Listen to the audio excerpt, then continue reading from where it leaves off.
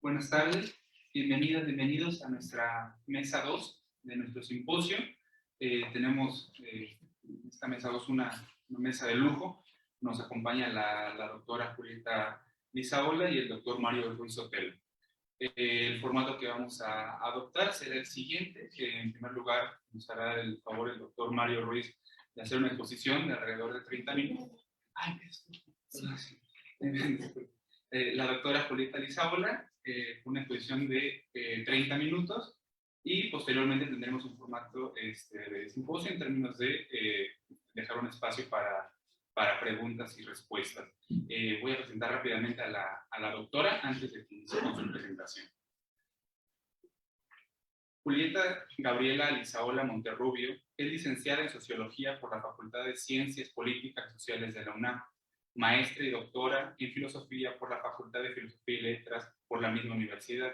Realizó el programa de doctorado en Ciencias de la Educación y Filosofía en la Universidad del País Vasco. Además, realizó estudios de doctorado en Filosofía en la Universidad Autónoma de Madrid.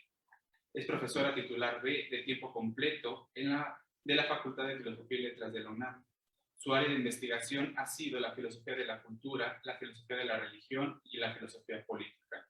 Sus publicaciones han correspondido al estudio de lo sagrado y sus expresiones culturales, así como el análisis de la relación entre religiosidad y política. Hoy su ponencia se titula Aproximaciones al barroco, elementos jurídicos teológicos. Sin más, le doy la palabra a la doctora Julieta Lizaola. Muchas gracias, Gustavo. Pues muchas gracias especialmente a mi querido Carlos por extenderme esta invitación para poder participar. Agradezco mucho, Carlos. Bueno, a los demás colaboradores que hacen posible que esto esté funcionando aquí. Quería participar primero, porque está ligado no al tema, pero sí a la temporalidad de la conferencia que acabamos de escuchar, siglos XVI y XVII.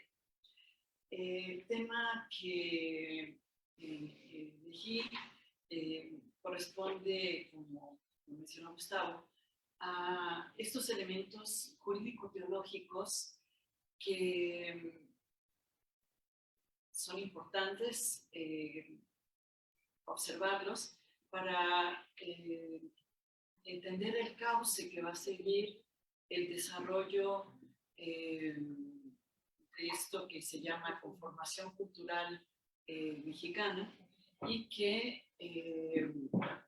he considerado que si nos remitimos al origen de las filosofías, teologías, interpretaciones políticas que van llegando a América, en específico a Nueva España, se podría comprender de alguna forma con mayor claridad este paso de humanismo, la teología y posteriormente el fenómeno del barroco. Bueno, no sé si me salga, pero lo intento. La primera cuestión entonces es aproximarnos a los elementos jurídico-teológicos, lo cual corresponde al propósito de ampliar nuestra comprensión del contexto político-religioso que fundamenta el surgimiento del proceso cultural que denominamos barroco novohispano, lo cual nos conduce al siglo XVI, que ha recibido la herencia del humanismo hispano y ha llegado a Nueva España durante el proceso de colonización.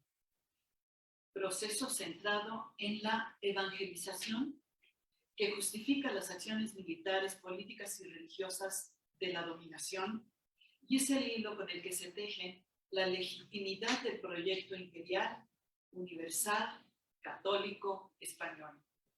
Así, las diversas interpretaciones de Aristóteles, de Santo Tomás, de Occam y de la Compañía de Jesús conviven en la Nueva España toman su propio aliento y desarrollo.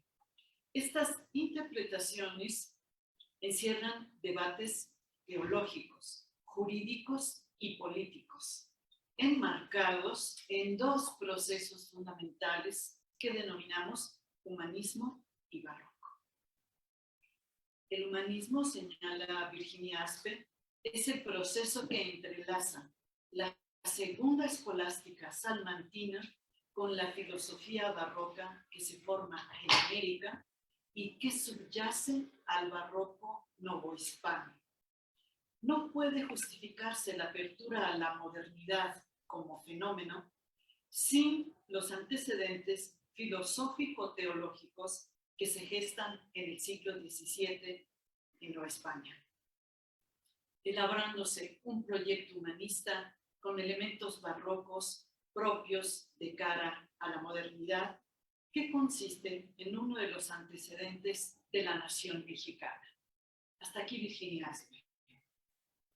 Para comprender este proceso, es oportuno recordar que la concepción nominalista y la crisis teológica y filosófica que genera es central para la comprensión del mundo moderno que está surgiendo en los reinos ibéricos.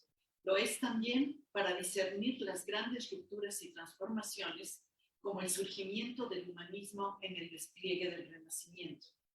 La formulación teológica de la reforma eclesiástica, la reaparición de las teorías justnaturalistas del Estado, donde los límites entre los poderes eclesiásticos y político implican su separación, como lo plantearán los teólogos y juristas de las escuelas ibéricas. Encontramos entonces que son tres las concepciones filosófico-teológicas que se entrelazan durante este proceso y en ocasiones se confunden. Y estas son la escolástica tomista, el nominalismo y el jesuitismo, que transcurren en el marco del humanismo y barroco novohispano. Por lo anterior, abordaremos sucintamente los siguientes puntos. 1. La cristiandad y su proyecto de imperio universal católico, como proyecto político-religioso y su fundamento teológico-jurídico. 2. El humanismo español, el problema de la dignidad humana y su libertad. Y 3. El barroco, en esta transformación en la concepción de hombre y del mundo como algo fluctuante y cambiante, además de los elementos de la contrarreforma y la llegada de los jesuitas. La cristiandad y su proyecto de imperio universal católico. Recordemos que el desarrollo del propio cristianismo como cristiandad, es decir, como proyecto político-religioso, ya consolidado desde los orígenes del Sacro Imperio Romano-Germánico, había albergado durante 5 siglos las condiciones históricas y filosóficas que confluían en una nueva disputa teológica en sentido amplio. El debate en la Baja Edad Media abrió un firme cauce de reflexiones sobre la condición de la Iglesia y el ejercicio del poder político. Vemos transcurrir durante los siglos XVI y XVII la renovación de preguntas y respuestas propias de un contexto culturalmente cambiante. Renovación y transformación que se observa en la ebullición intelectual de las escuelas ibéricas, en Salamanca, en Alcalá y en Coimbra. Como proyecto político-religioso, cabe considerar que el siglo XVI recibe y genera nuevos debates, como son, 1, el viejo pero no superado debate de las investiduras. 2, el debate alrededor de la condición sometida del indio en América, cuya versión más conocida aparece en el denominado debate de Valladolid. 3, el debate protagonizado por las interpretaciones confrontadas entre las órdenes de franciscanos y dominicos es decir, entre la escolástica tomista y el nominalismo. 4. Las distintas órdenes religiosas que llegan a Nueva España y buscan un objetivo de renovación y reconstrucción de la utopía ahora en América. Recordemos que los franciscanos nominalistas de la Universidad de Oxford habían realizado una serie de críticas a las concepciones tomistas en diferentes ámbitos, las cuales tuvieron repercusiones en una serie de querellas teológicas, ontológicas, epistemológicas y políticas, cuyos efectos trastocaron los contenidos del sistema político-social planteado por Santo Tomás.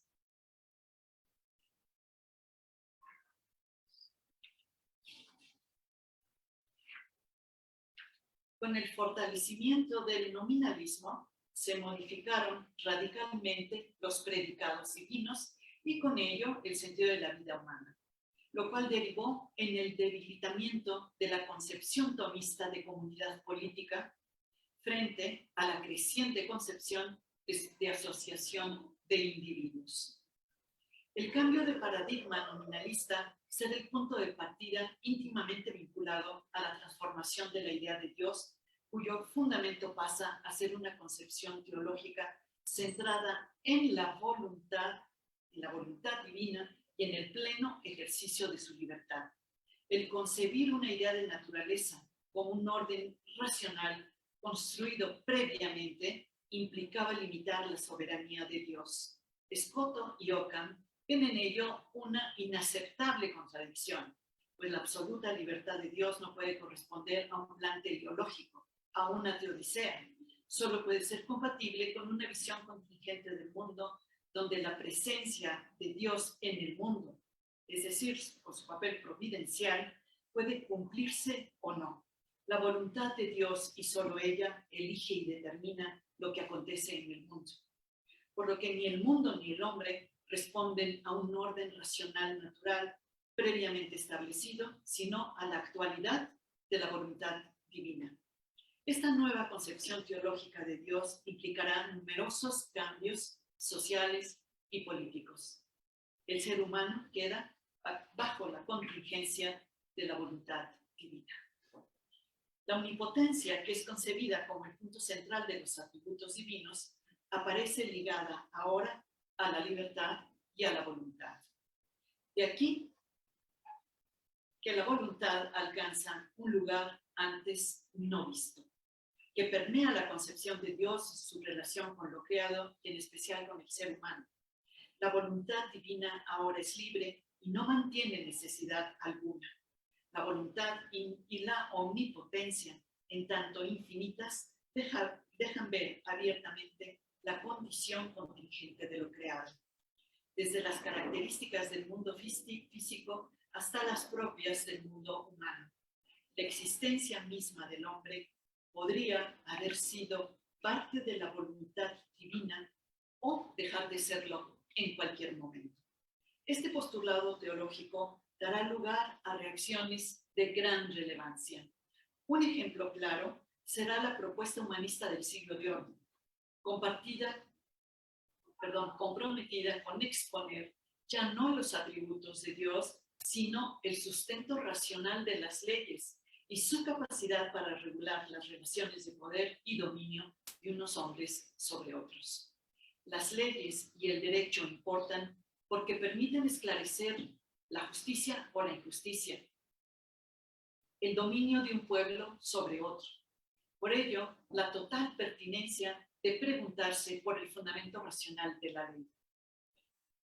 Ponemos como ejemplo lo que significa esto para Francisco Suárez, en su postulado que dice: la ley natural, como ley racional, es la prescripción de la razón en el orden al bien común. Para comprender la cuestión, habrá que tomar en consideración dos elementos históricos que inquietan su pensamiento como teólogo y como jurista.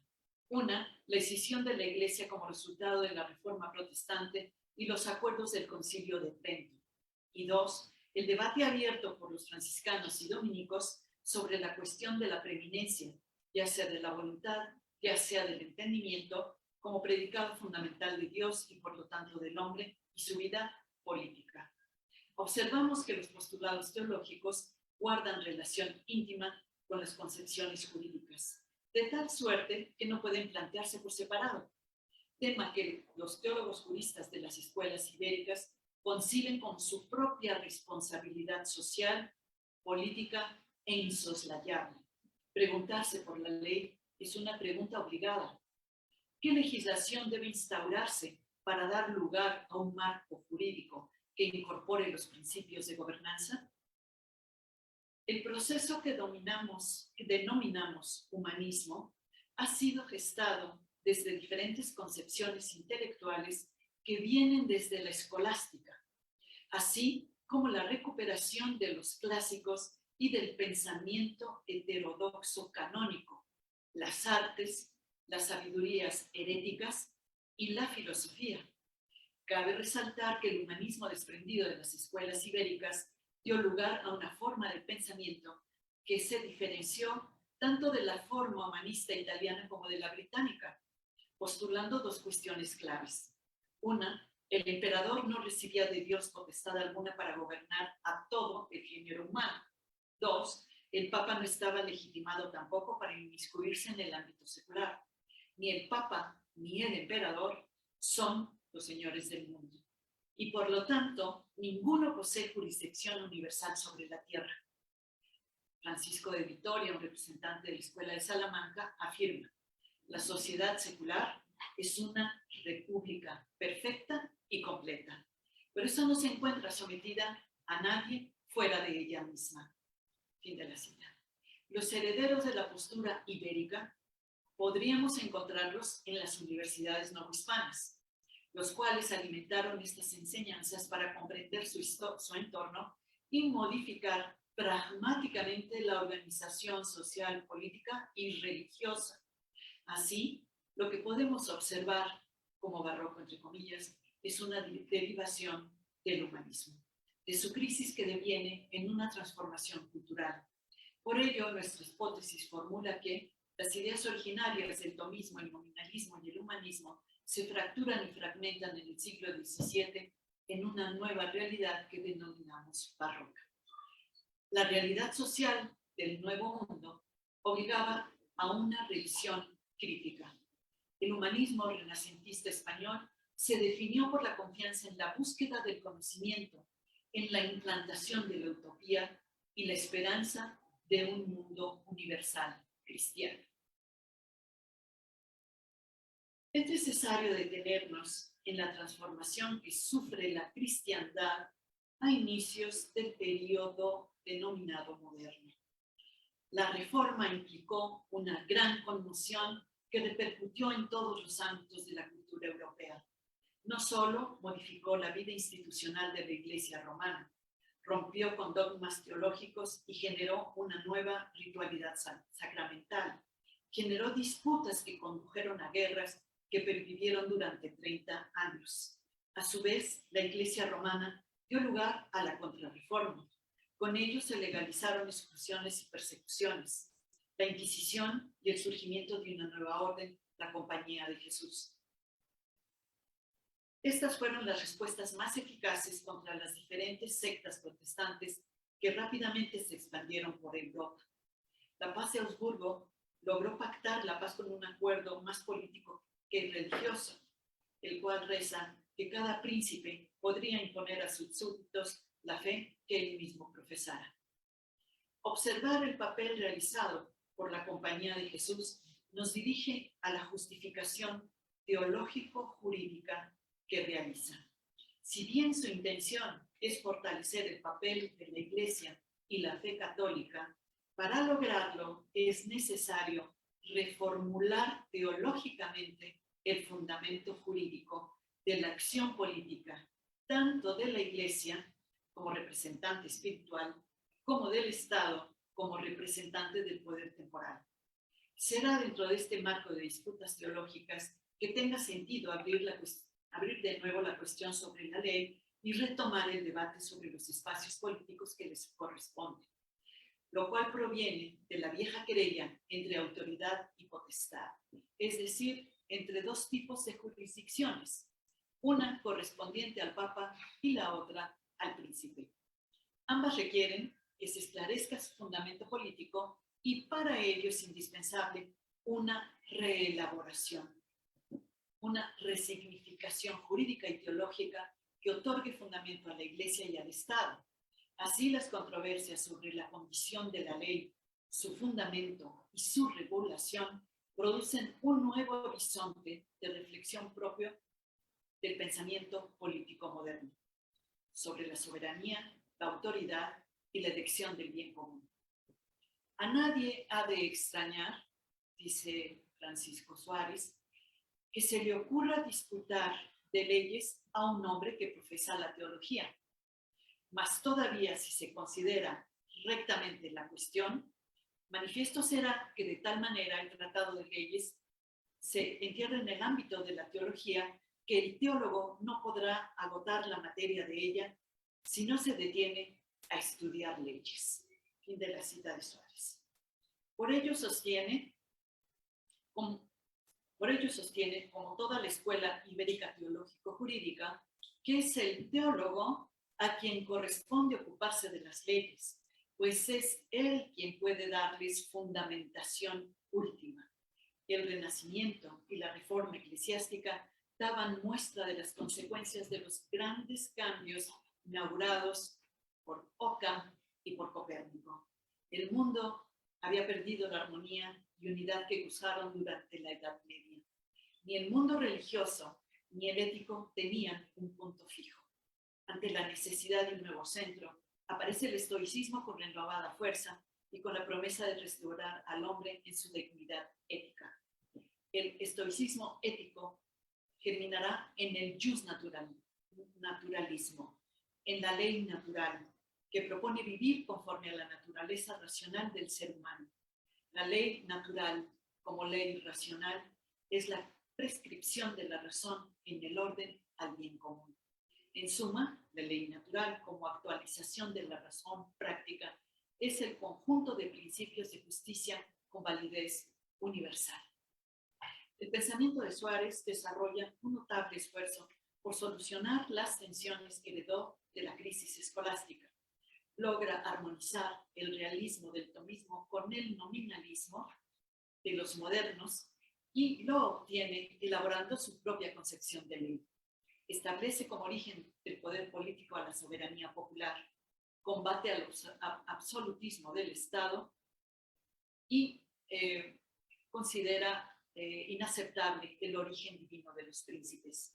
Enseña que si bien es cierto que Dios es el origen de toda autoridad, que éste no la confiere directamente a los gobernantes, sino que hace depositaria de ella al pueblo, el que a su vez puede delegarla en los gobernantes, manteniendo siempre el derecho a exigir el uso del poder en beneficio del bien común. Estas ideas plasmadas en su obra enriquecieron el nacimiento de la idea del pacto social y del concepto de soberanía, siendo así su pensamiento un umbral del pensamiento político moderno. Ignacio de Loyola anuncia en sus constituciones la importancia de una reforma educativa y religiosa acomodada a su tiempo, tal como recoge Bolívar Echeverría en su obra Modernidad de lo Barroco. Hay un sentido novedoso y radical en la teología jesuita, especialmente expresado en la polémica de Auxilis, al unir la gracia y la libertad al interior del canon cristiano. El conflicto de la ciencia media se expresa en un mundo que se teatraliza en el drama de la relación entre lo natural y lo sobrenatural. Un drama religioso que se vive en los valores o en las controversias jurídico-teológicas de la época. La teología jesuita surge como proyecto de la modernidad y a la vez crea nuevas fuentes de esta. El centro del proyecto clásico que el barroco formula como tendencia de una época que excede su historicidad, las sociedades iberoamericanas hacen suya la teatralidad del drama y lo insertan en sus formas de vida para excederlo y transcribirlo en rituales. en la experiencia festiva, heterodoxa o en el ensueño, que es la posibilidad de vivir otra vida en la vida misma. Esto a decir de Laura Soto.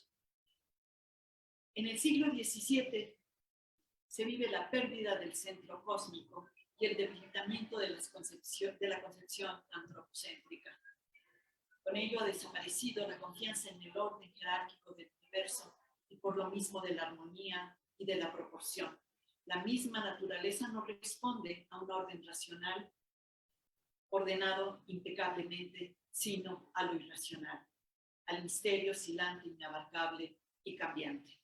Esta suerte de desplazamiento se sucede en el transcurrir del siglo, que a su vez conoce una serie de adversidades que conducen a buena parte de Europa a una pobreza generalizada por una extendida crisis económica, a hambrunas, a pestes y a guerras de religión, que dejan una huella anímica que expresa la enorme inquietud que propicia la imposibilidad de la certeza, la fijeza de lo inamovible. Un mundo en continuo cambio tardó en ser aceptado. En España, que incluía entonces a Portugal, será la literatura y las artes plásticas los ámbitos en que más claramente se manifiesten. Asimismo, en la difusión de la contrarreforma, del programa de la contrarreforma, como lo será la propagación de la fe que asume la Compañía de Jesús.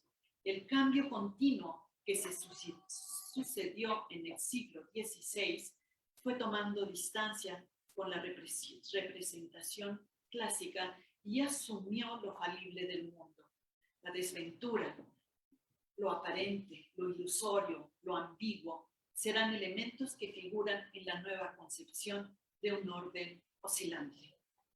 El siglo de oro español es un muestrario de estos desasosiegos. La recepción de la literatura de este siglo, momento de creación poética y esplendores, la herencia ibérica de grandes elaboraciones que contienen las inquietudes espirituales propias del alma barroca, que en Nueva España serán recibidas y cuya raíz será larga y permitirá que se mantengan vivas y continuamente enriquecidas. En síntesis, el barroco lo entendemos igual que el humanismo como un proceso cultural, no como un movimiento o una época artística, que contiene a su vez sus propios elementos, cambios teológicos, reformas eclesiásticas, confrontaciones entre los poderes políticos, inquietud, desánimo y desventura. El desencanto, observa Laura Soto, adquiere su representación máxima en la locura de Alonso Quijano. La vida quijotesca se revela en la demencia de la teatralidad barroca ante el dolor que causa la vida del mundo realista. Quijano busca trascender la vida poniéndose a ella mediante la locura para revivirla y reformarla. Pero es solo desde la afirmación del desencanto, del dolor y de la imaginación que puede darse esa posibilidad. El tenor del ensueño se articula también en la vida de sueño de Calderón de la Barca, al manifestar la libertad de la naturaleza humana ante la teatralidad del destino real. El barroco está del mismo modo en el primer sueño de Sor Juana Inés de la Cruz, con la tensión entre lo natural de los humores al dormir y lo sobrenatural del vuelo del alma. Fin de la cita. La paulatina llegada del barroco en América será de gran importancia en Nueva España. Los colegios jesuitas serán la clave de movimientos políticos, científicos y filosóficos. Por otra parte, como enuncia Alfonso Reyes, el barroco también es heroicidad ante la supervivencia de las tradiciones y las lenguas originarias, un acto de resistencia que se forja en la contradicción de modos de operación de la conquista. Las sociedades iberoamericanas hacen suya la teatralidad del drama y lo insertan en sus formas de vida para excederlo y transgredirlo en los rituales, en la experiencia festiva y en el ensueño, la posibilidad de vivir otra vida. Muchas gracias.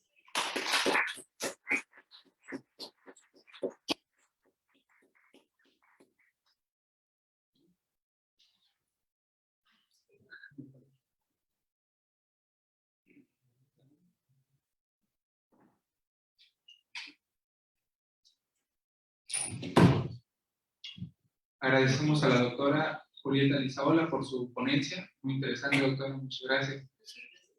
Vamos a pasar a un segundo momento de la ponencia para la ronda de preguntas y respuestas. Tenemos aproximadamente 15 minutos, entonces no sé si alguien aquí en la sala o de manera virtual se hace un favor para ir checando. Si hay alguna pregunta para la doctora, levantar la mano, por favor.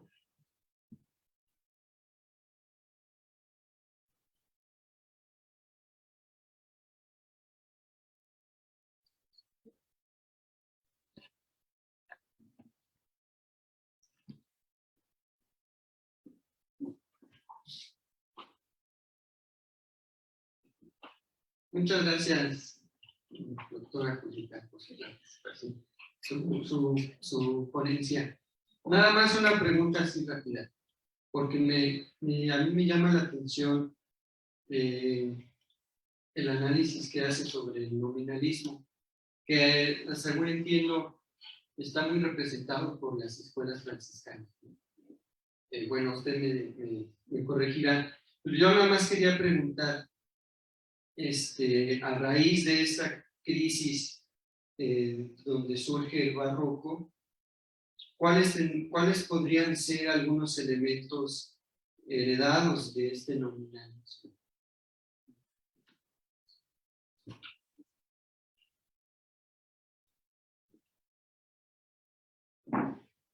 Muchas gracias por la pregunta.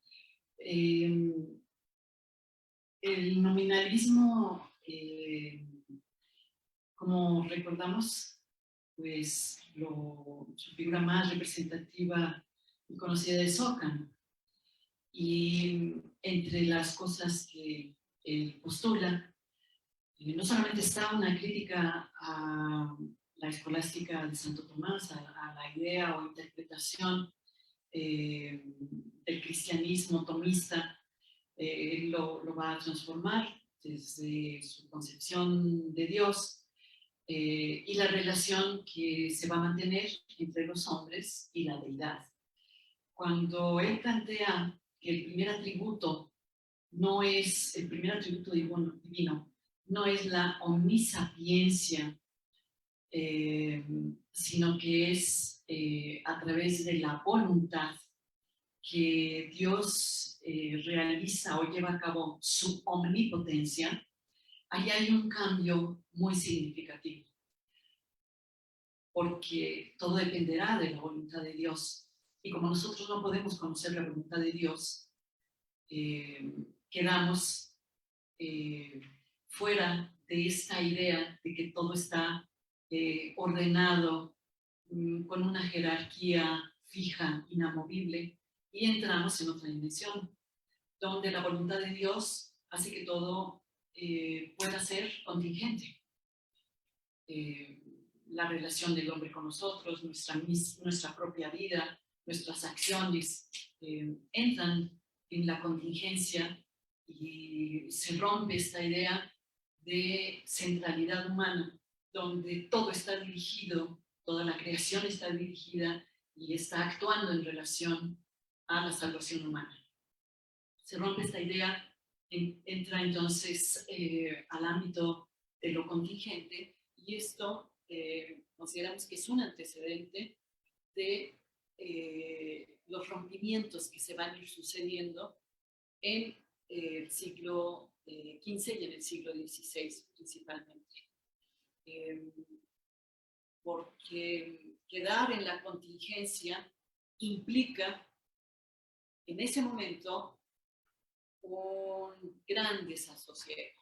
Se ha roto nuestro lugar en el cosmos, nos hemos quedado sin lugar.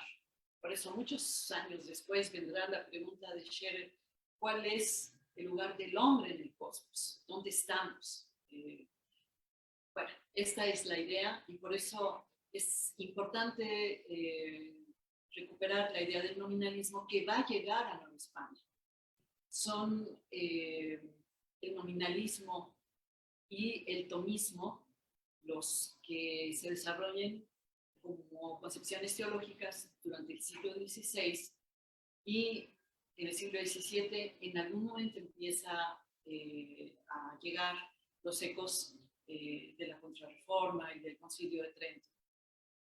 Y es importante no solamente porque sean concepciones teológicas, sino porque vemos sus repercusiones en el ámbito jurídico y en su establecimiento o concepción de cómo debe de organizarse el mundo del gobierno y del quehacer político. Entonces hay una liga, digamos, importante que va a sustentar el desarrollo cultural, el desarrollo de una nueva conformación civilizatoria. Y estos son elementos que están continuamente confrontándose, que están, no se crean, no crean un espacio homogéneo, por el contrario, es una heterogeneidad en conflicto. Por eso subrayé la importancia del nominalismo y que los teólogos juristas de Nueva España van a estar debatiendo entre ellos. Gracias.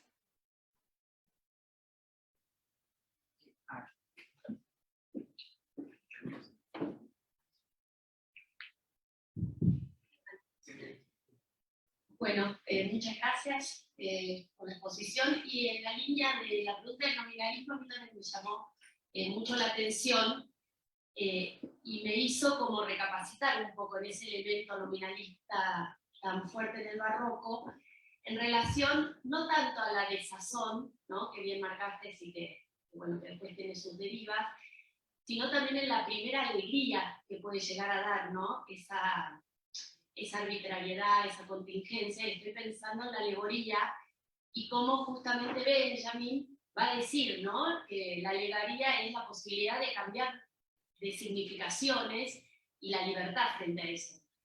Así que, bueno, me quedé pensando en relación a lo que veníamos charlando a la mañana, que es la filosofía de Echeverría, es cuánto de su concepto de libertad, que yo, por ejemplo, no lo había visto relacionado a la presencia, digamos, de algún pensamiento nominalista, sino más bien uno piensa en Sartre, el existencialismo y demás, que estaría bueno, ¿no?, como empezar a focalizar en la apertura o las posibilidades que el nominalismo, así como usted marcó perfectamente con respecto a lo teológico y demás, da a la lectura, ¿no?, del barroco latinoamericano. Así que bueno, gracias por eso, porque nunca, o sea, uno lo lee y lo ve pasar, pero nunca lo había focalizado, ¿no?, en este elemento nominalista.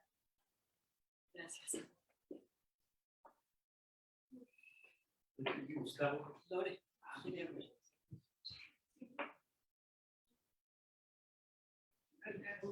Gracias, Julieta. Mi pregunta es, en relación a esto de la voluntad divina, si eso aumenta en la época o en el proceso, o me imagino que está relacionado con la noción de los milagros, ¿no? ¿De los qué, perdón? De los milagros. No, del milagro. O sea, la voluntad divina hace que estas leyes racionales, digamos, se rompan y ocurran todos los milagros, ¿no?, en el presente o en el instante. Y lo relaciono con quizás toda esta sobreabundancia de historias, ¿no?, de leyendas de santos y de milagros, y cómo esto se puede conectar a lo mejor qué tanto con el, pues sí, con el triunfo a lo mejor del poder papal sobre el del príncipe. Tanto en Nueva España esto potencia esta disputa.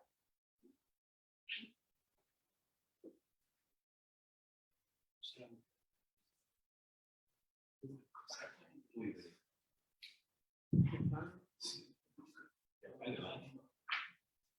Gracias, Julieta. Oye, dos cosas. Primero me queda una duda. Si estás planteando el barroco como una especie de síntesis de las diversas posturas nominalistas y el estudio de las configuraciones religiosas, en especial en el jesuitismo. Si eso fuera el caso, si crees que habría de todos modos que plantear una línea de investigación sobre las estéticas y las formas de arte que están ahí también configurando esa época. Y la segunda cuestión es que a mí me parece que lo que está pasando en México es que no solo están estas 3 líneas de investigación, sino que cada vez es más claro que la investigación también tiene que girar hacia pues, 2 subjetividades muy claras, ¿no? Que son las poblaciones esclavas y los pueblos originarios. ¿Y tú cómo ves que podamos hacer esa investigación? Porque parece ser una investigación muy complicada, porque es una investigación indiciaria, porque no tenemos las fuentes del respaldo canónico y el capital impreso que sí tienen las otras 3 ramas de la investigación del 16 y el 17.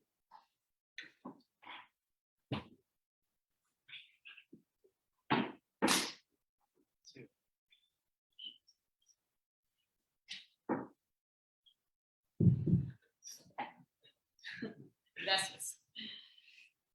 Bueno, primero, Lore, tu pregunta sobre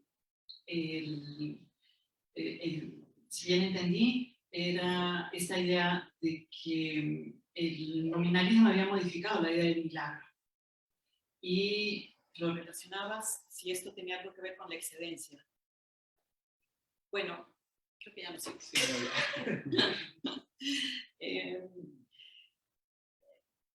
Sí, va a cambiar esta relación providencial entre la deidad y los hombres.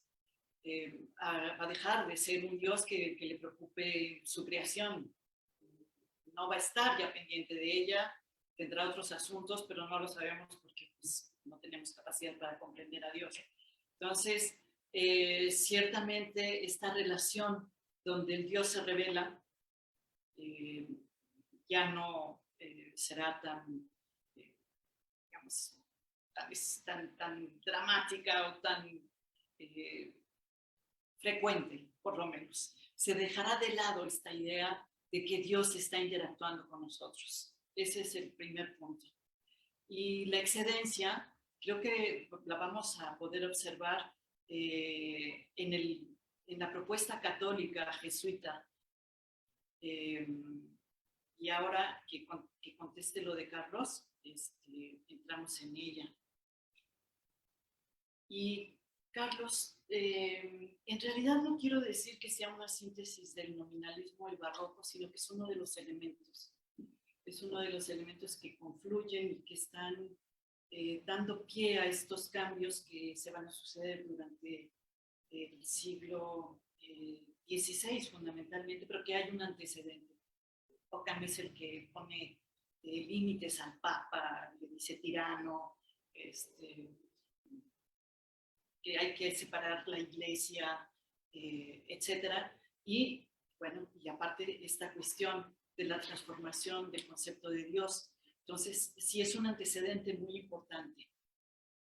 El estudio de las configuraciones religiosas del jesuitismo, sí, esto es un estudio que yo creo que hay que hacer, que hay que profundizar más, y es importante, se considera que la influencia de los jesuitas es la que de alguna manera va a bueno, pues sabemos hacerse cargo de la educación y de organizaciones educativas, religiosas, y todas las órdenes que están ahí actuando o interactuando, pues son las que están haciendo esto que denominamos una conformación social. Entonces se encarga de la educación, de la salud, de los registros civiles,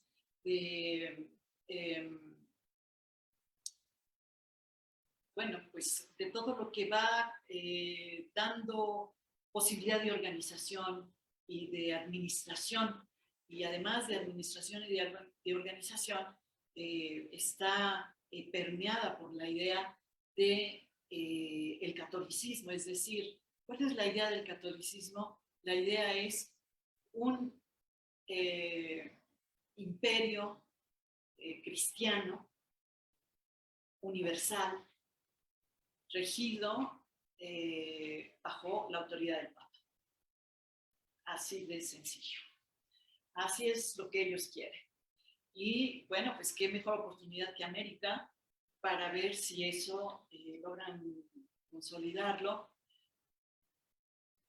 Y bueno, en el catolicismo, a diferencia del protestantismo, se va a generar toda esta serie de elementos que hemos venido mencionando, es decir, por qué la excedencia, por qué el drama, por qué el teatro, la serie de santos, de vírgenes, de rituales, de festividades, etcétera, que van a hacer del catolicismo, en contraste con el protestantismo, pues casi una religión pagana, donde se rigen los calendarios por las fiestas, como ya nos hablaba Ritzko, de la fiesta de San Hipólito. Bueno, pues hay 10.000 fiestas sobre la continuidad o la organización social que la enmarcan. Y la otra parte que nos comentas, dices, hay estéticas y hay una concepción de arte barroco que tal vez sea la que más se conoce, la que más se ha estudiado, y las otras nos quedarían todavía muy flojas. Y sí, estoy totalmente de acuerdo. A esto habría que añadir qué está ocurriendo en esta composición social, donde hay poblaciones esclavas, negras e indias, y los denominados pueblos originarios. Pues sí, esto habría que hacer otro capítulo. ¿Podrías continuarlo, Carlos? Pues muchas gracias. Muchas gracias.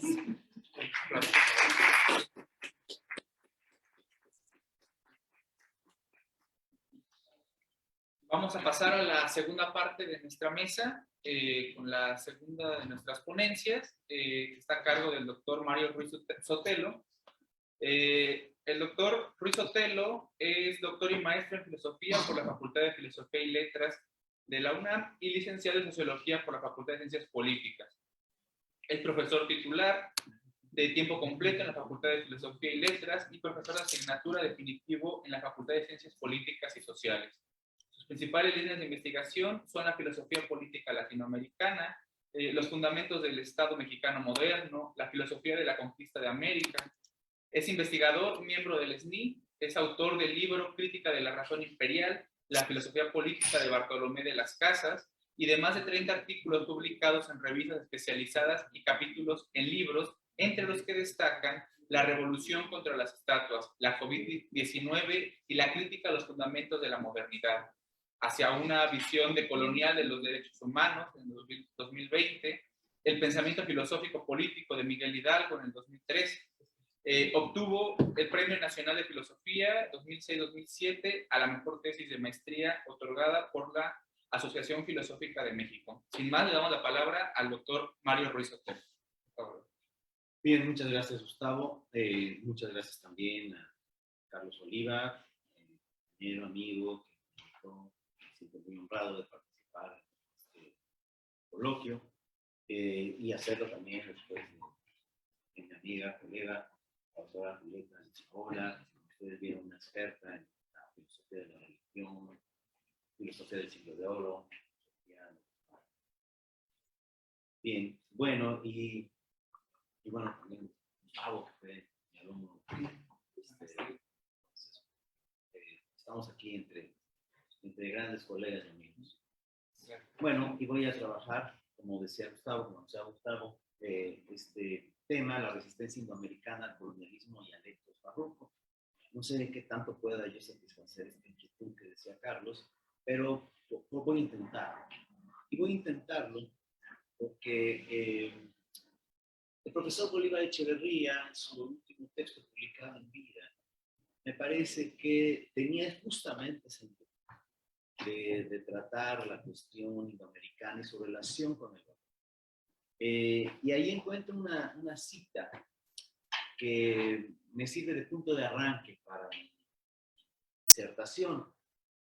Cito a Bolívar Echeverría: el aparecimiento del etos barroco en América tiene que ver directamente con el hecho de la conquista, con la destrucción que hace el mundo europeo de los mundos americanos para ponerse en su lugar.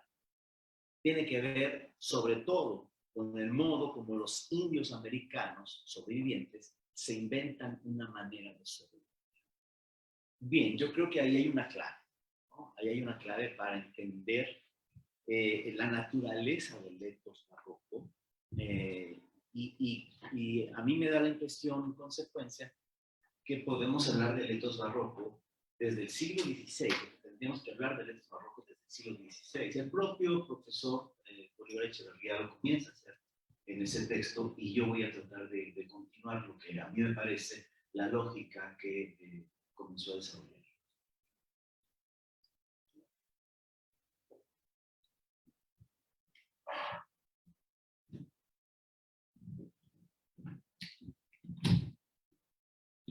Bueno, y voy a recuperar unos conceptos que quien conoce a Bolívar Echeverría lo sabe, lo maneja bien, pero igual vale la pena repasarlos por si alguien no los maneja tan adecuadamente.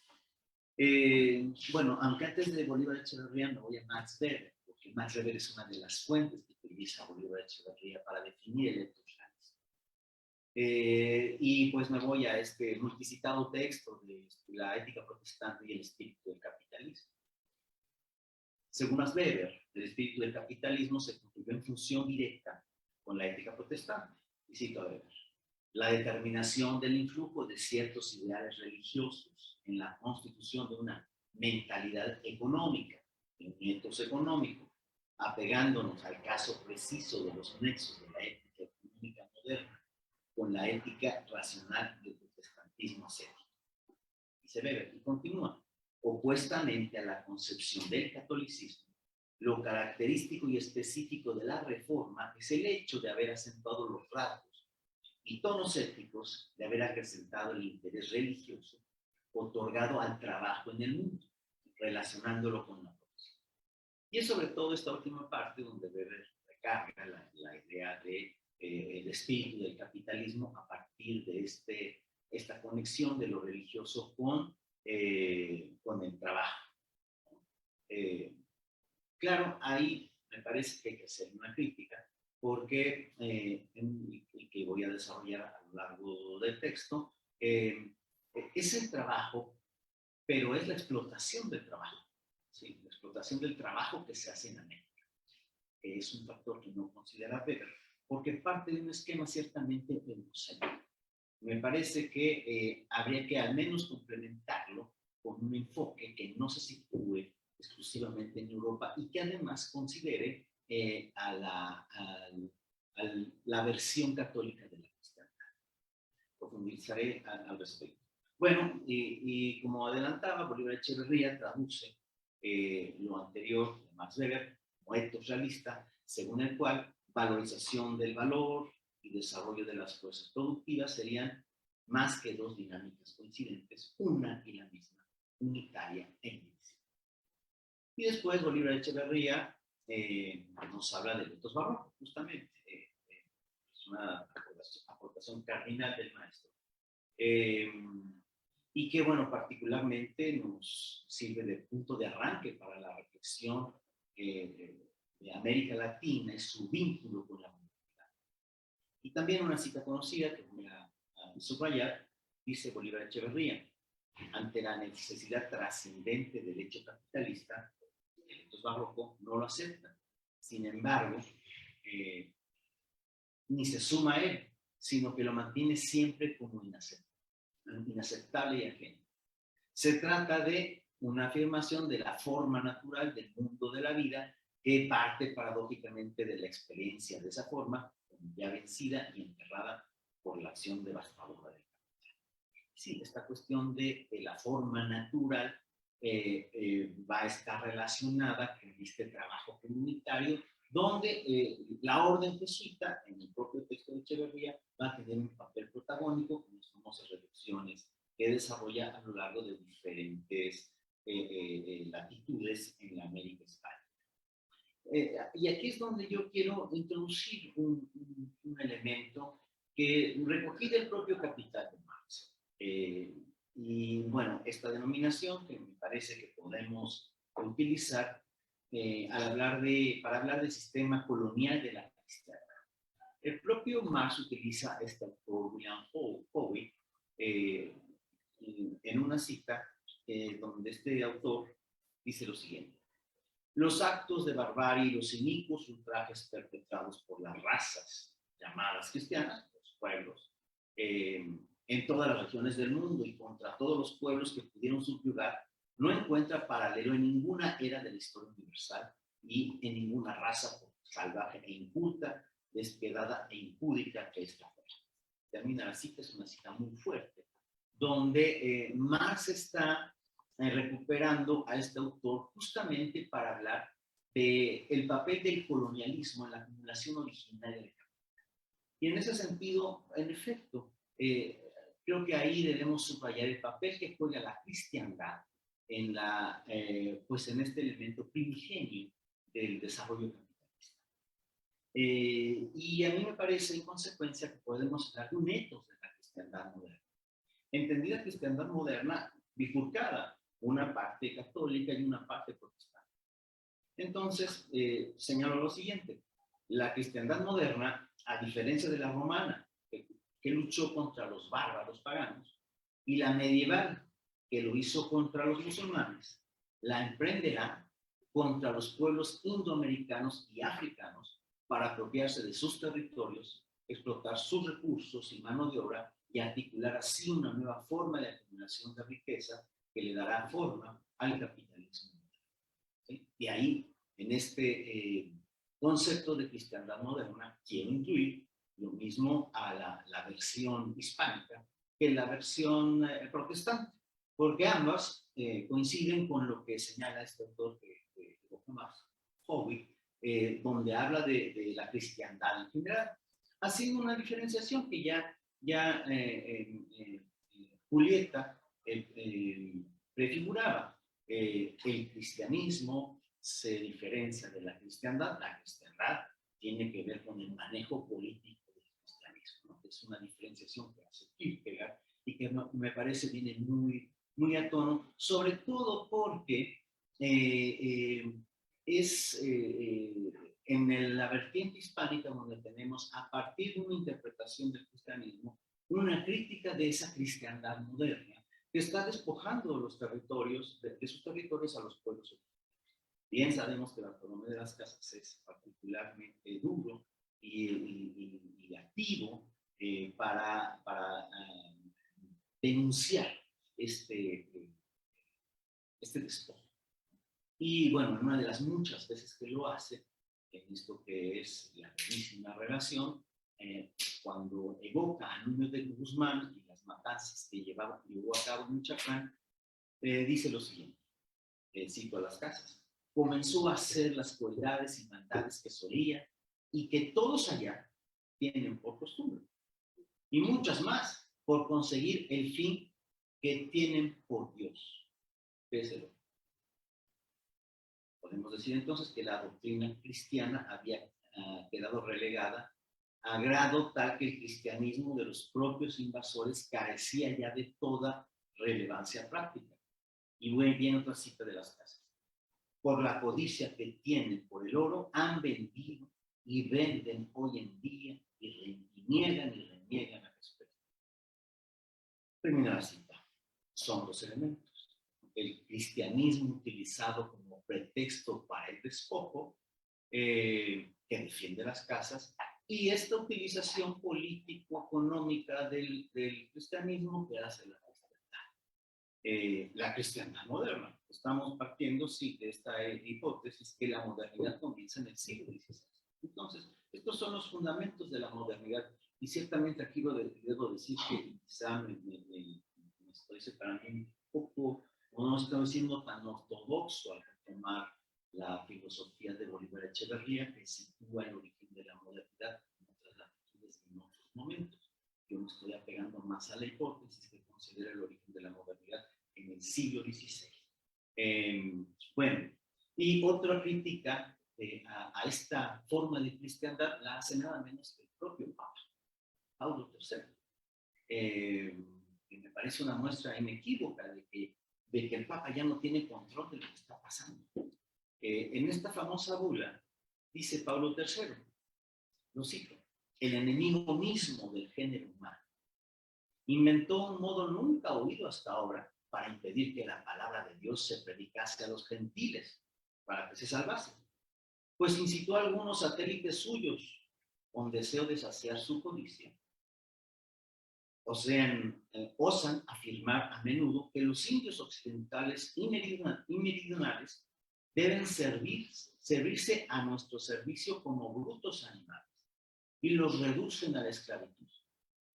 No están privados ni se deben privar de su libertad ni de dominio de sus cosas, más aún que pueden lícitamente disfrutar, poseer y gozar de la libertad de tal dominio y no se les debe reducir a la esclavitud. Bueno, es una cita interesantísima porque aquí toda esta doctrina, que también evocaba en algún momento Julieta, de la discusión en torno a la naturaleza del indio y su capacidad racional. Aquí el propio Papa está diciendo eso es un pretexto. Eso es un pretexto para el despojo. Y además es un pretexto que está articulado por el enemigo del mismo género humano. O sea, por el demonio. Es el demonio que está detrás de estos despojos que se hacen a los pueblos indígenas.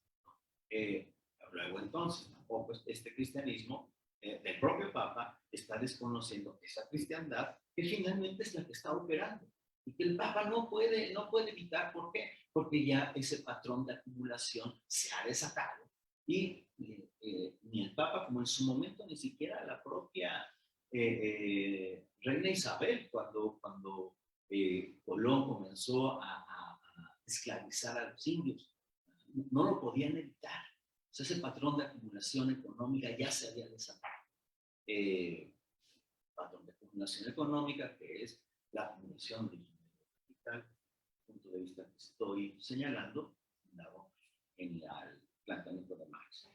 Y en ese sentido, me parece, y aquí está mi crítica a ver, que el etos de la cristiandad moderna fue comenzado por subversiones, contrariamente a lo que pudiéramos pensar, y que fue criticada también desde los integrantes de la filosofía.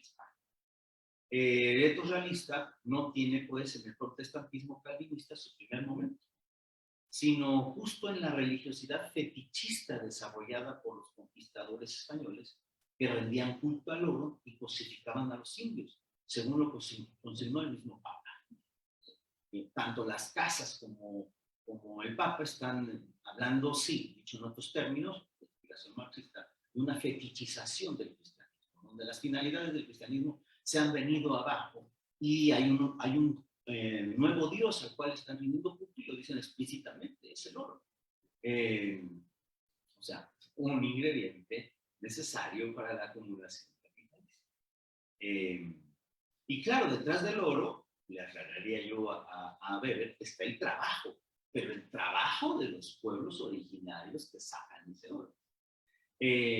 No obstante, el etos protestante consiguió desarrollar con mayor eficacia el espíritu del capitalismo justamente porque logró desprenderse de la tutela, lo que significó la tutela de la iglesia, lo que significó la forja de una cristiandad más acorde con los intereses de la modernidad naciente. Aquí, por supuesto, estoy evocando a Kant cuando habla de que la ilustración es posible en aquellos lugares donde se puede liberar de la tutela de la Iglesia Católica, ¿no? Entonces, quizás sí tenemos ese ingrediente en el desarrollo del cristianismo protestante, pero desde mi punto de vista no se puede separar tampoco del cristianismo, de la cristiandad católica. O sea, ambos conforman la cristiandad moderna.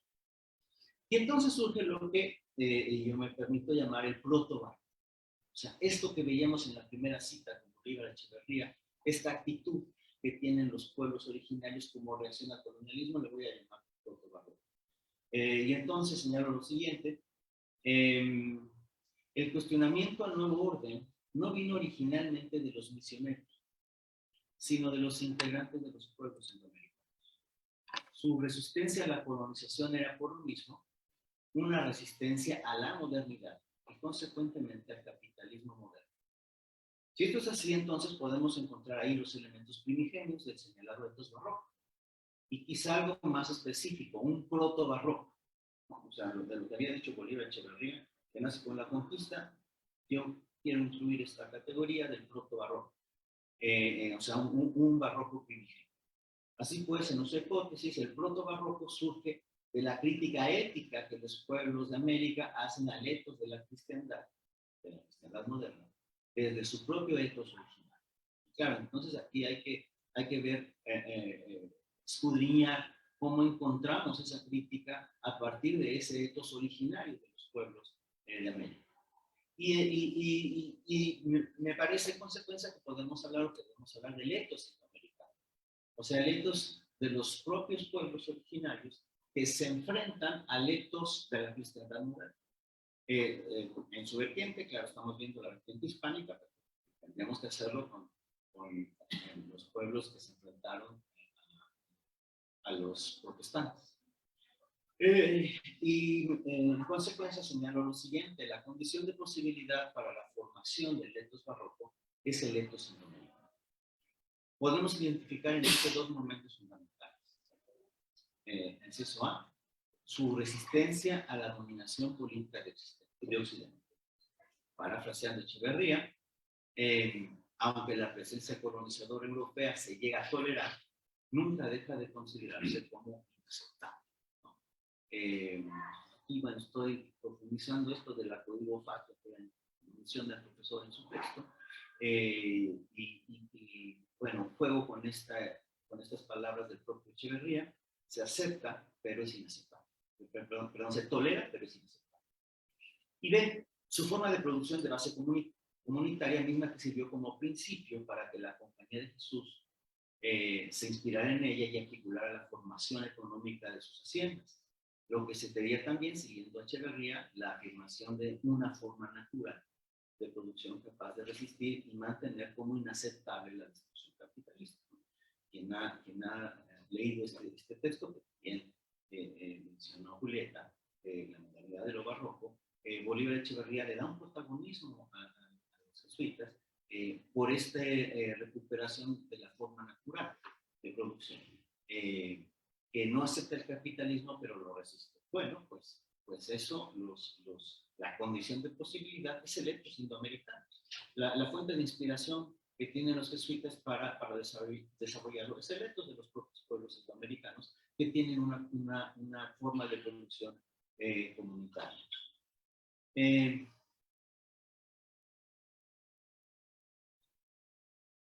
Y bueno, aquí tenemos, pues voy a recuperar algunos momentos de ese enfrentamiento entre los pueblos indoamericanos y la cristiandad.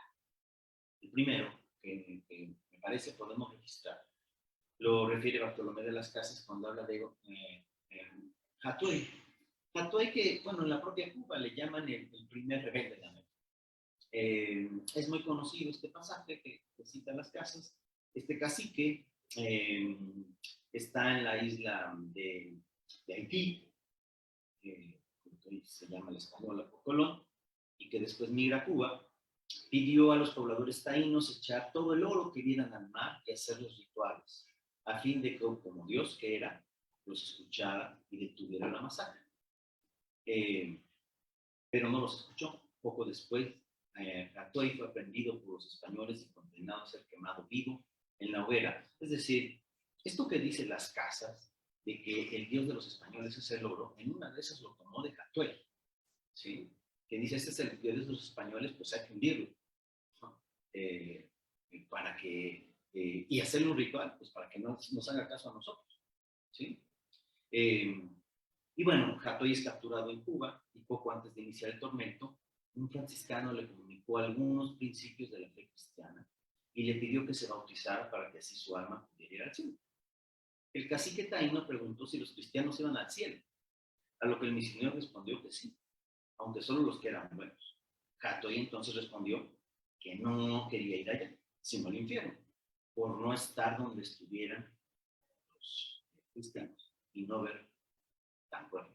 ¿Sí? Bueno, esto es, me parece, una crítica que no es muy difícil filosofar. Es una crítica a la ontología totalitaria de la modernidad en su expresión a partir de la cristiandad, ¿sí? Que pues es severamente criticada, yo diría atinadamente criticada, porque claramente también está observando que esta prédica de los buenos y demás, pues es una ideología, ¿no? Es una ideología, como decimos hoy, es un pretexto, y que en el fondo es la muerte y el despojo de los propios pobladores mexicanos. Y aquí ya me parece que tenemos esa resistencia a la modernidad, en consecuencia, esto que llamamos Porto Barroco. Lo podemos encontrar en diferentes lugares. El Popol Vuh, la reinvención de la escritura maya. Bueno, todos sabemos que del Popol Vuh podemos hacer muchas interpretaciones, que es un texto realmente delicioso. Y bueno, creo que ahí también podemos encontrar una clave para encontrar esta resistencia. Y está en los primeros renglones del libro. Cuando dice uno de los autores, bueno, ya sabemos el contexto del Popol Vuh. El Popol Vuh es escrito una vez que los mayas, ches, aprenden el alfabeto latino y entonces se esconden de los misioneros y pues imaginémoslos en la oscuridad escribiéndolo a escondidas, o sea, escondidas del cielo. Entonces, esto que vemos, decía yo en los primeros párrafos, esto lo escribiremos ya dentro de la prédica de Dios, o sea, dentro del cristianismo, en el cristianismo. Vamos a sacarlo a la luz porque ya no hay dónde ver el Popol Vuh. Vean ustedes, en estos dos rengloncitos ya tenemos la persecución, el enfrentamiento entre la ontología quiché y la ontología totalitaria de la modernidad, que si descubre esta antigua palabra moderna, no cristiana, la va a eliminar. Donde hay que ver el Popol Vuh, instrumento de claridad venido de la orilla del mar. Bueno, es que en realidad podríamos analizar cada verso en una gran profundidad. Instrumento de claridad. O sea, porque ya nos están hablando de que hay una luz, un conocimiento que es de ellos, y que es el que da claridad, y obviamente no es el de la cristiandad. Donde se cuenta nuestra oscuridad, instrumento de claridad sobre el origen de la vida, como se dice. Y esto es una clara confrontación con los textos bíblicos, ¿sí? Que se les están imponiendo. Y dicen después, había un libro original que fue escrito antiguamente, solo que están ocultos quienes lo leen. Y bueno, esto de la oscuridad, y de están ocultos los sabios que tienen esa interpretación original. O sea, imaginemos ahí, como esto se escribe en los años 40 del siglo XVI, entonces es esa generación que vivió pues, la barbarie de la cristiandad moderna, quien sabe que tiene la misión de recuperar esos textos. Y entonces, me parece que podemos llamar al Popol Vuh un libro moderno para resistir la modernidad. O sea, es un libro, decía yo, elaborado con el alfabeto latino y ya no con los caracteres mayas, porque, bueno, digo, aquí representa la construcción de una forma inédita de comunicación que hemos llamado protobarroco, basada en la resistencia a una modernidad dominante que mantiene como inaceptable y ajena, pero inevitable. Vuelvo a parafrasear a Bolívar Echeverría. por lo que decidí resistirla a través de una construcción alternativa que permite trascenderla de alguna manera. En consecuencia, los quiché se entendieron que la sobrevivencia de su tradición no moderna solo podía darse a través de un libro moderno, hecho por ellos, a semejanza de los libros hechos por los cristianos. ¿Sí? Y esto me parece muy barroco. Y yo creo que ese es el primer libro de barroco, que le llamo proto-barroco, ¿no? O sea, es esa resistencia, está escrito a escondidas, creo que eso es quizá la forma más compleja que podemos imaginar, ¿no?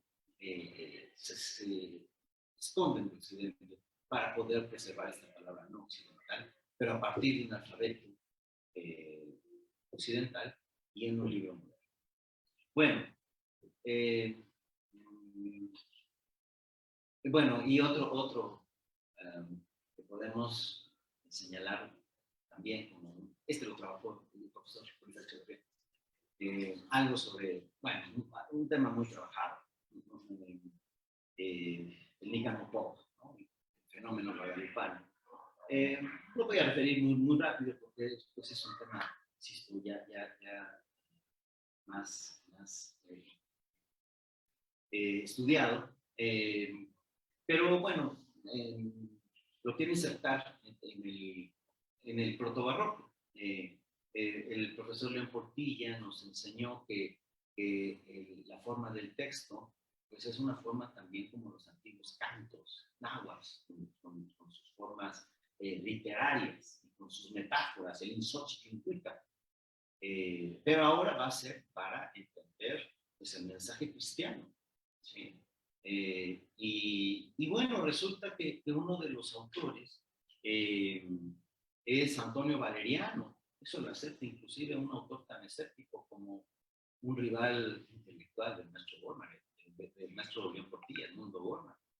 Que dice, bueno, claro que lo hizo Antonio Valeriano, un discípulo de Bernardino de Sahagún, que trabajó en Tlatelolco.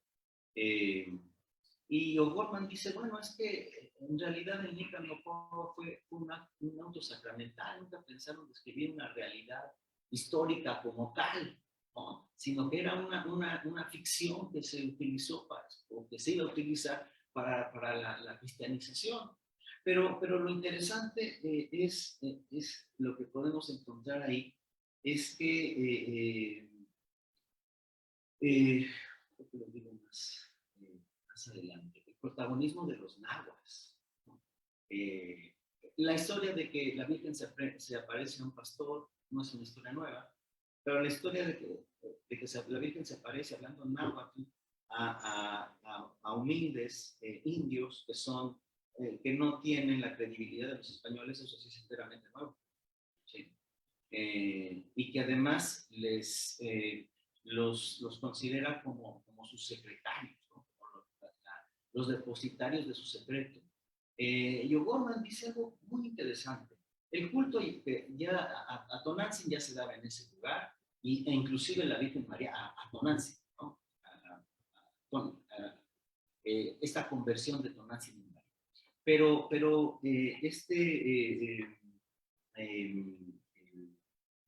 acá lo pongo, Montúfar, ¿no?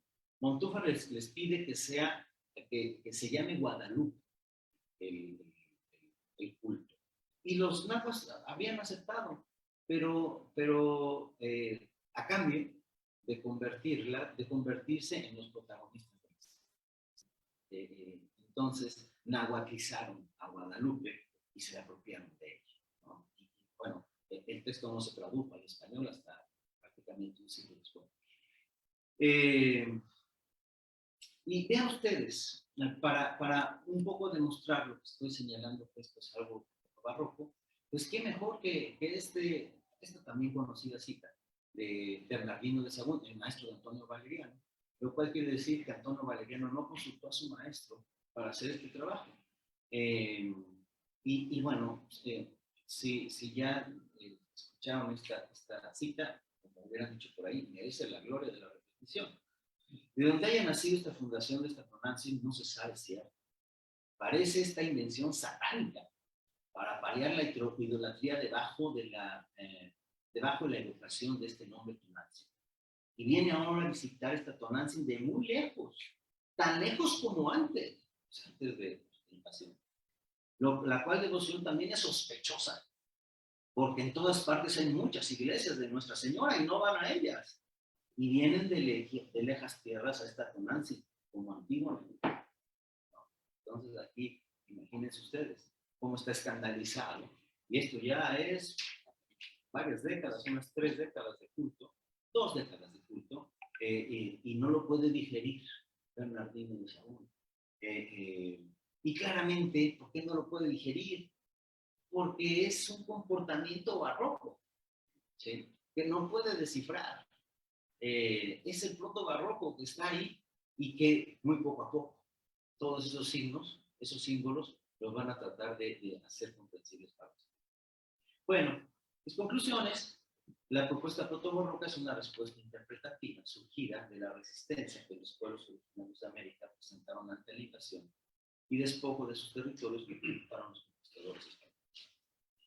Segunda, ante la aparente inevitabilidad del desarrollo del modelo de explotación impuesto, comenzó a articularse como alternativa a una forma de trabajo comunitario, una visión religiosa y una concepción artística que se inspiraban en la propia tradición de los pueblos, misma que buscó ser asumida por los misioneros. Fueron dichos pueblos, desde la exterioridad de Occidente, que atinaron a reconocer en la cristiandad una punta de lanza de la ontología de la modernidad, por lo que emprendieron una gran diversidad de actitudes contestatarias, donde buscaron lo mismo rechazarla. El barroco latinoamericano tiene como elemento constitutivo su carácter crítico a la condición colonial, bajo la cual la propia América Latina fue situada. Es un trabajo. Gracias.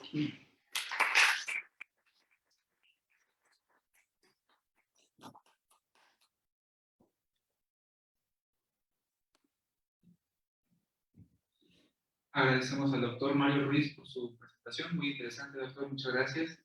Supongo que habrán varias preguntas por parte del público, entonces, bueno, tenemos 15 minutitos para hacerlas. ¿Habrá alguien aquí que quiera empezar con la primera?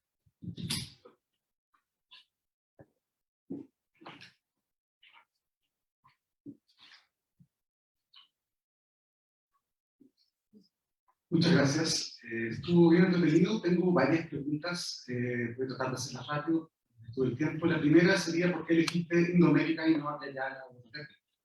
La segunda sería ¿qué fuentes etnográficas trabajas con los indígenas?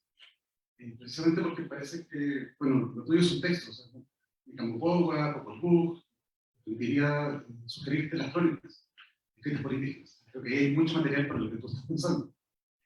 Tengo además un problema con el proto-barroco. ¿Cómo decirlo? No es en bronca, no me queda muy claro si eso siento que estás hablando, si ese espacio de lo proto, más de lo barroco, es esencialista o no. Se me quedó ahí, no sé si me puedes resolver ese problema. No sé si alguien más sintió eso, pero por eso tengo también la pregunta sobre cómo trabajas con el indígena. Es una pregunta abierta, para nada ánimo polémico. Otro punto que me llamó la atención fue ese debate que hiciste de la modernidad del siglo XVI, y ahí claro creo que podemos entrar en diálogo con Aníbal Quijano, que también tiene esa misma postura. Precisamente hay un texto con Wallerstein que afirma la existencia de una modernidad desde América en el siglo XVI, o desde el siglo XVI. Sobre Sahagún, que fue lo último que dijiste, sí, yo creo que Sahagún es un tipo que era un extirpador de idolatrías. Entonces, no es que eso sea proto-barroco, eso es la fe. Entonces, ahí creo que, no sé, por ahí van mis comentarios de una conferencia, vamos a seguir conversándolo, pero, claro, ¿cómo pensar al indígena del siglo XVI, que además, siguiendo incluso lo que dice Bolívar Echeverría, ya es parte de una debacle demográfica, cultural, un grado de imposición, que no sé si nosotros desde hoy podemos entenderlo. Nos podemos hacernos cargo de esa realidad. A ver, ¿cómo lo explico? Hay un grado de anacronismo cuando pensamos en la conquista. Precisamente dividimos en dos bandos, ¿no es cierto? Los buenos y los malos, los españoles y los indígenas. Cuando hay claramente mucha evidencia de indígenas conquistadores. Suficiente evidencia, no, solo voy a decir Tlaxcala, que sí existe, pero hay mucho más. Y muchos otros indios que además entran, y me voy al sur, con Gualmapu, ¿no es cierto?, que entran en el choque directo hasta el día de hoy, con todo el Estado-Nación que venga, incluso con este antecedente colonial, asumiendo que fue el Imperio Español aquel que lo reconoce. Entonces, claro, hay elementos que nos hacen ver que, claro, si pensamos desde acá al indio del siglo XVI, hay que tomarlo con mucha pinza y creo que da para conversar, ¿no? Yo no tengo respuestas completas, tengo un problema parecido al tuyo porque también investigo indígenas del siglo XVI, también aquí en México, y al mismo tiempo, claro, no es fácil, pero claro, ¿cómo decirlo nuevamente? No caer en ese juego de bandos. Hay mucha gente ahí que está sobreviviendo, adaptándose. Eso se paró. Eso.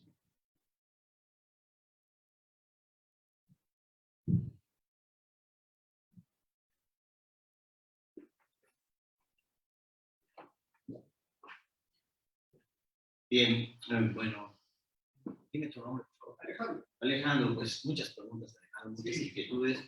Yo creo que no voy a poder responder a todas, si acaso acercarme un poco. Indoamericano, pues simplemente me parece que es un término que yo lo veo como equivalente a viayaleano, sería eso, ¿no? Nunca nos hemos puesto de acuerdo sobre cuál es el término más adecuado. Yo con mis amigos que son de origen mesoamericano tampoco están de acuerdo. A unos les gusta llamarse indios y a otros no. Y a otros les gusta llamarse indígenas y a otros no.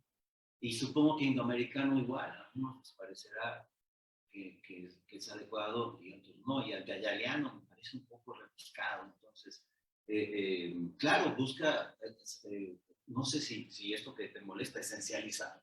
Quizá porque me quiero alejar un poco de una esencialización y señalar pues, que finalmente sí están sujetos a un proceso de modernización que prefiero el americano.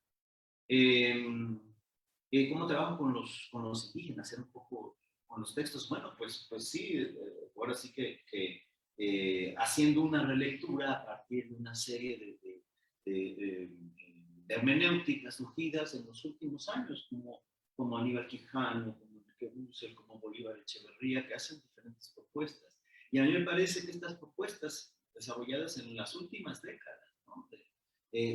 Nos pueden dar muchas herramientas para hacer interpretaciones novedosas, descubrir, y además también apoyándose en lo que dicen los propios integrantes de los pueblos, ¿no?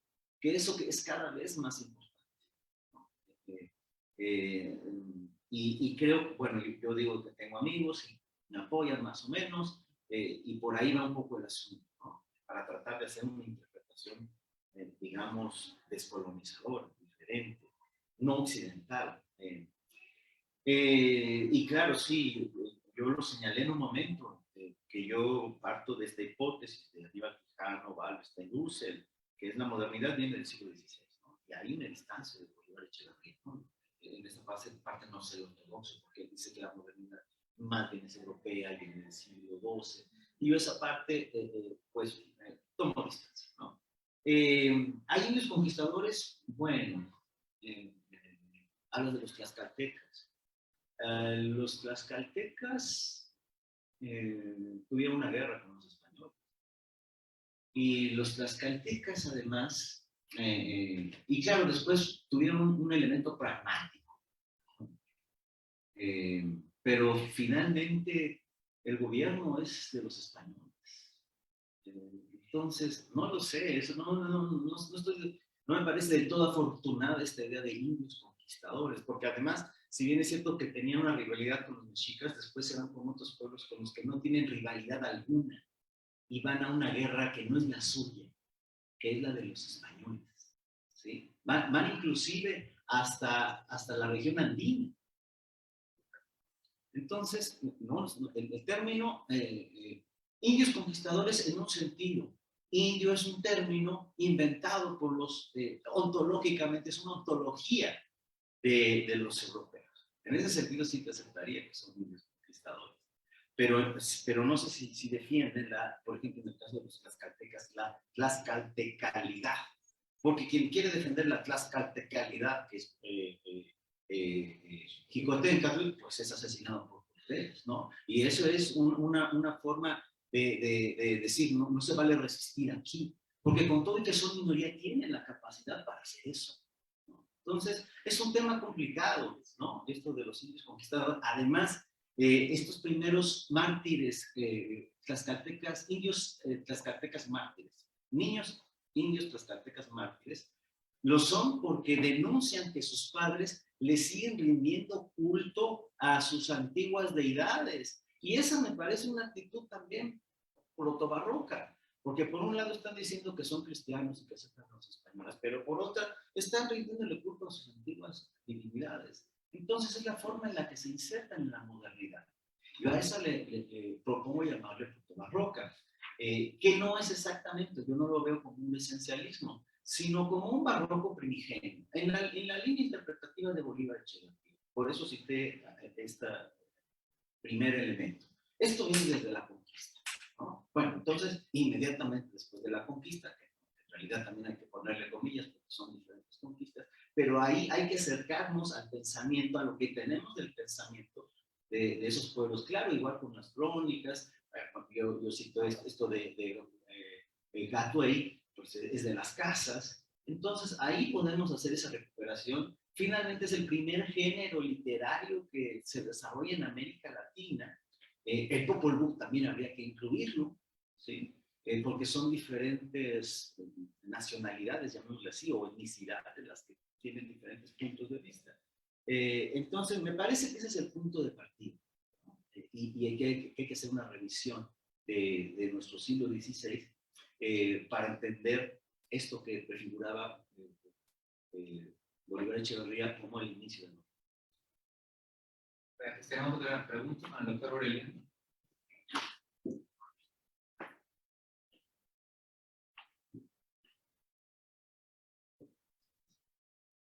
La mesa anterior terminó con una nota sobre la falta quizás de elementos a partir de los cuales estudiar el barroco, justamente en sus fuentes indígenas, negras, subordinadas.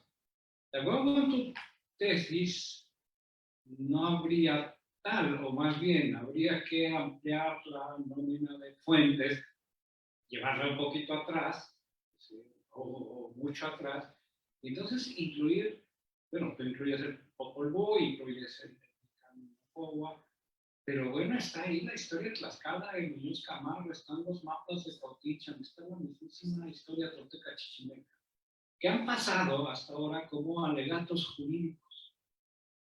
Esas tres, por lo menos esas tres obras, están dentro del repertorio de reivindicaciones de tierra, reivindicaciones de posesión, reivindicaciones que se van hasta, vamos, una historia mítica para reivindicar en el presente por qué ocupan tal o cual tierra. Pero a partir de esta idea creo que se podría ampliar el cuestionario y leerlas desde este otro lado. Porque, bueno, yo, sobre todo el Canopowa no me había puesto a pensar desde ese lado.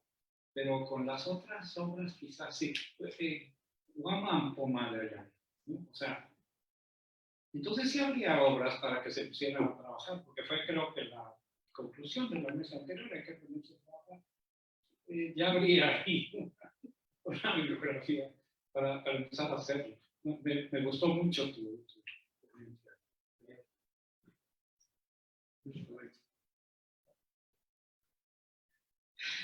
No, pues muchas gracias, Mario, por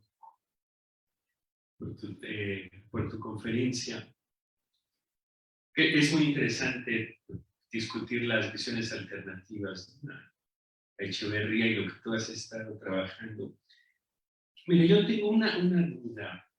Creo que esto que haces de optar por, sobre todo por los autores y autoras decoloniales, de fijar la modernidad en el siglo XV, finales del XV, principios del XVI, pues implica todo un relato epistemológico, ¿no? O sea, es una cosa muy importante para la investigación. Porque en efecto, Bolívar Echeverría dice que lo que se funda en el 15-16 es la mundialización del capital, la modernidad capitalista, pero que la modernidad en sí misma es un hecho del 10 y del 12. Y yo creo que atrás de esa idea de Bolívar está el hecho de que la modernidad es una tecnología y que justamente en el momento en que logran los mercados sintonizarse por el hecho tecnológico del 10 y del 12 en la conquista de América, el capitalismo se vuelve mundial. Yo creo que esa hipótesis de Bolívar implica que la modernidad hay que pensarla como un hecho tecnológico. Y creo que la hipótesis de los pensadores y pensadoras decoloniales está implicando que hay que pensarla como un hecho moral. Como un hecho moral que se desata en el 15 y en el 16 y que hay que plantear una salida exógena a la modernidad. Y la hipótesis radical de Bolívar es que la salida es interna de la modernidad y que los pueblos americanos son parte de la estructura de la modernidad. Entonces, bueno, aclarar eso porque implica 2 días de investigación muy diferentes. Y tengo un ejemplo, porque yo creo que el punto que tocas del oro es central. Yo creo que lo que hace la contrarreforma es que el oro lo vuelve capital preso, flujos de capital. Y lo que hace el catolicismo es que al oro lo vuelve acumulación barbárica y permanente.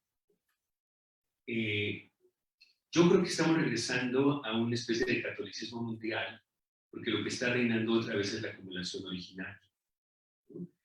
Pero creo que los esquemas de acumulación originaria y de acumulación para que se vuelva crédito y deuda son esquemas modernos y que no podemos salir de ellos desde una propuesta exógena a la modernidad. Entonces, bueno, creo que ese debate está ahí planteado y que es un debate que puede ser productivo, ¿no? Pero también duro y tenso, ¿no?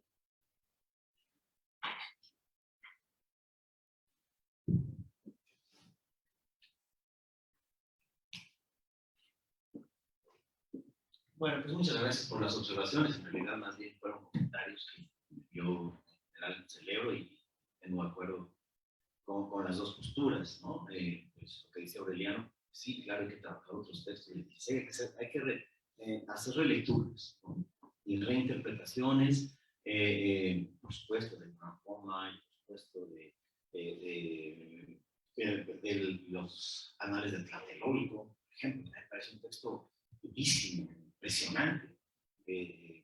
Yo aquí hice una selección de lo que me pareció un poco lo que decía Alejandro, más atractivo para la ponencia, más entretenido, pero no, hay que hacer un trabajo de todo eso, porque sí, me parece que ahí están, yo decía, pues es el primer género literario que viene de América, ¿no? Carlos Fuentes me llamó a Hernández del Castillo la primera novela latinoamericana, ¿no?